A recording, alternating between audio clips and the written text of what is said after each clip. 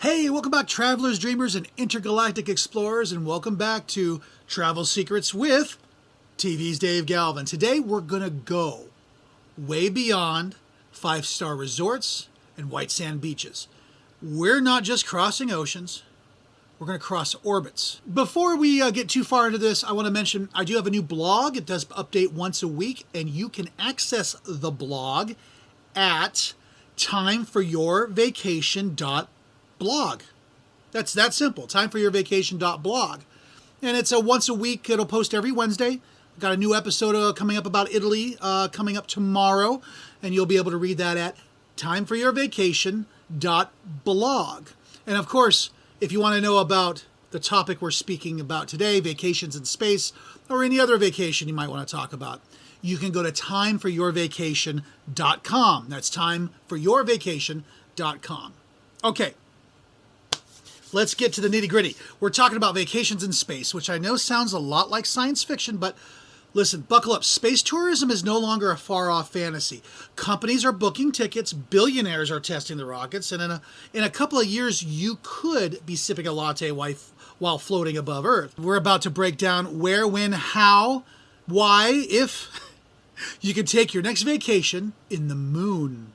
Well, okay, not really. But let's talk about this in segments. Segment one, there is a space tourism boom that is just starting. The big players in space, they want to turn it into a vacation spot. You've heard of SpaceX, Blue Origin, Virgin Galactic. The three titans are racing to sell you a seat with a view of Earth. Virgin Galactic offers suborbital flights where you'll experience a few minutes of weightlessness and see the curve of the Earth. The Earth isn't flat. Okay, dummies? For around $450,000 per ticket. It's pricey, but hey, bragging rights are priceless. Then there's Blue Origin's New Shepard rocket, gives a similar suborbital hop lasting roughly 10 minutes, but with unforgettable 10 minutes of just floating and looking out the window. SpaceX is shooting for full-on orbital trips. Think days in space instead of minutes. Their Crew Dragon capsule can circle the Earth for 3 days and has already carried private citizens into orbit. You may have seen the whole Katy Perry thing. Now, these companies aren't just selling seats, they're selling firsts. Imagine telling your friends, oh, you went to Bali? Cute. I went to space. Now, here in segment 2, we're going to talk about the future hotels of orbit. Flights are just the beginning. Imagine booking a suite on the Voyager space station, a planned orbital hotel slated for late 2027. Designs show rotating modules with restaurants, bars, and private rooms that use centrifuge force. Woohoo! To create a bit of artificial gravity. Prices haven't been released yet, but expect them to make the Four Seasons look like a Motel 6.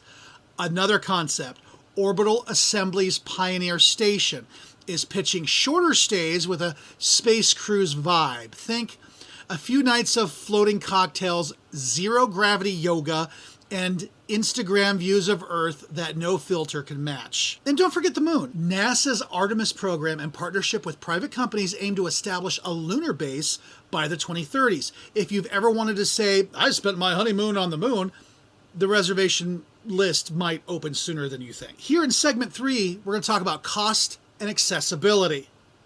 Let's talk about reality in just a minute, okay? Right now, space tourism is, well, luxury with a capital L. Ticket prices range from $250,000 to tens of millions of dollars, depending on your altitude and your duration. But remember how expensive air travel was in the 30s? No, you probably don't. Only ultra-rich could take the first commercial flights. Within a decade or two, the price of space travel is going to come down. Budget carriers won't be a thing yet, but expect more competition, shorter flights, and financing options. Yeah, someone will eventually offer a space layaway plan. Segment 4, training for your space vacation. You think you can just hop on a rocket like it's a Delta flight? No.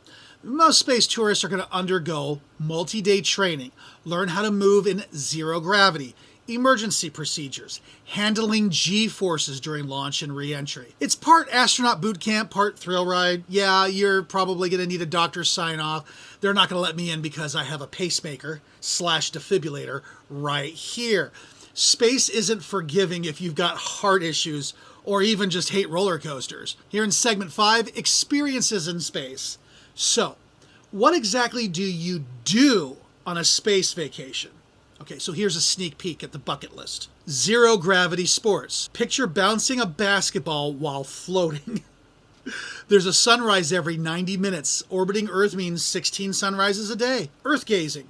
Watching storms swirl across oceans from 250 miles up is said to be quite life-changing. Food and drink. Space chefs are experimenting with fine dining. Yeah, forget freeze-dried mush. We're talking some really good food here. Some companies even talk about future activities like spacewalks for tourists, a tethered stroll outside the station. Now imagine that selfie. That's pretty cool. Segment 6, the risks. Of course, space isn't all champagne bubbles and moon selfies. Rockets fail. Radiation exposure is a concern. And if you think airline delays are bad, try a launch window scrubbed by weather. That's why companies are investing heavily in safety protocols. But anyone booking a space ticket should accept a higher level of risk than a weekend beach in Maui. In segment 7, how do we start planning? How can you get ready for a space vacation in the future? Well, first of all, join a wait list for companies like Virgin Galactic or Blue Origin. Start a space fund because those tickets aren't getting any cheaper. And of course, you need to stay healthy. Your doctor's clearance is going to matter. And if you're looking for something a little closer to Earth, while you wait, I personally can plan a space-themed luxury getaway. Think stargazing in the desert, sleeping under northern lights, or staying in hotels with their own observatories. Until orbit becomes your next step, we can get you pretty darn close to the stars right here on Earth. Segment 9, space food, fashion, and culture. Space isn't just about science. It's going to be a lifestyle. Imagine a Michelin-starred chef creating zero-gravity tasting menus. NASA already works with culinary experts to make meals not just nutritious, but Instagram-worthy for future tourists. Fashion, designers are exploring sleek, pressurized suits that look more like a Marvel movie than hazmat gear. And yes, I do fully expect a future where the words spacewear by Gucci are a thing. Culture follows opportunity. There will be music events, art installations, and maybe even the first zero-gravity dance party. Someone's going to DJ the first orbital rave. I mean, it's going to happen. Segment 10, space law and politics. Let's get really nerdy for a second. Who owns outer space? Okay, the Outer Space Treaty of 1967 says no nation can claim the moon or planets, but private companies are testing those boundaries. What happens if your space hotel runs out of champagne and you want to sue? Legal experts are scrambling to create frameworks for everything from liability to property rights. This sounds really dull, but the laws are going to shape how easy and safe your cosmic vacation is going to be. Segment 11, listener Q&A and imagination. Now, this is where I want to hear you. If you could design the perfect space vacation, what would it be like?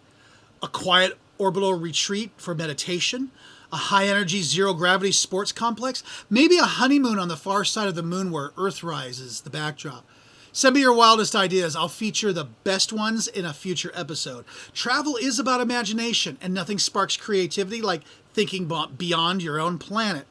In our last segment, number 12, tie-in destinations on Earth. And while we wait for rocket prices to drop, you actually can still train like an astronaut right here on Earth. Visit the Kennedy Space Center in Florida for astronaut experiences. Head to Star City in Russia for actual cosmonaut training. And you can do zero-gravity flights. They're offered in several U.S. cities, and you'll float like you're in orbit, no passport required. It's great to dip a toe in before you go full space tourist. Actually, there is a company that I have booked for in the past that does offer a 4-day course in becoming an astronaut, including going up in one of those zero-G jets that you see on the news and such.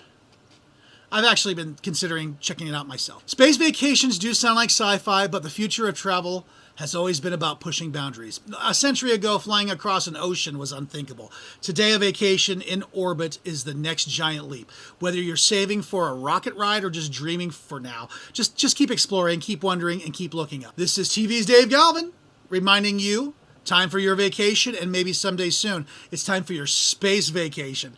Thanks for listening. Check out my blog. It's going to hit tomorrow at timeforyourvacation.blog, and look for our next episode of this podcast this time tomorrow.